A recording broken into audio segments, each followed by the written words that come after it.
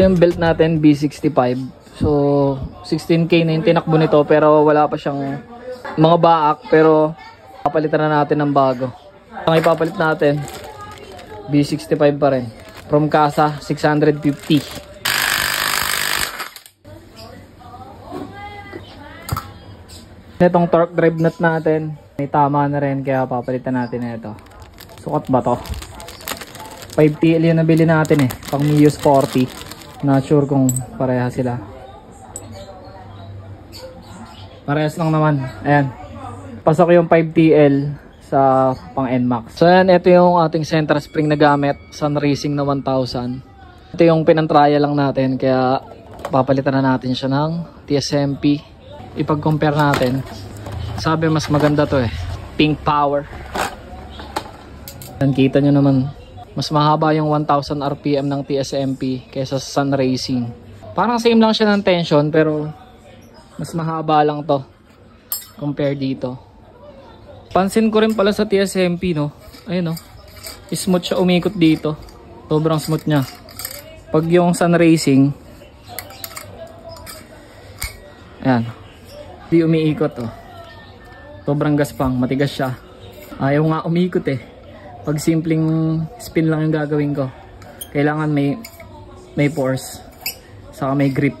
Ayan dito sa TSMP, saktong-sakto siya. Ayan parang swabe to. Bayaw, let's go. Ayan And dito, yung nakakasa nating clutch spring na 1000 RPM din is Sun Racing din yan. Ayan, kulay asul. Papalitan din natin siya ng TSMP Pink Power TSMP. Let's go. Eto nga rin pala, bumili tayo ng backplate washer. Pudpud na kasi to. Ayan.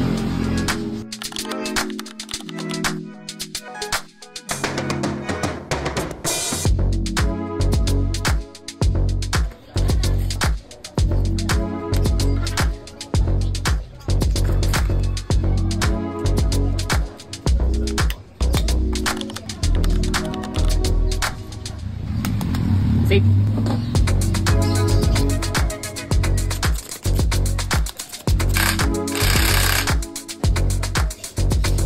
Ano bang manipis? Ayan nipis na siya.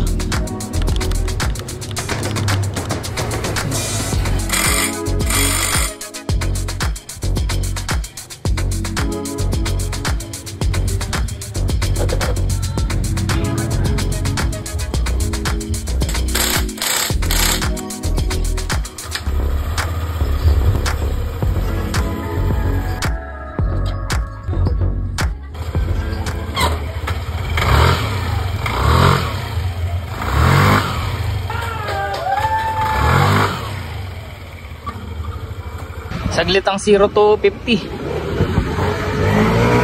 Oh.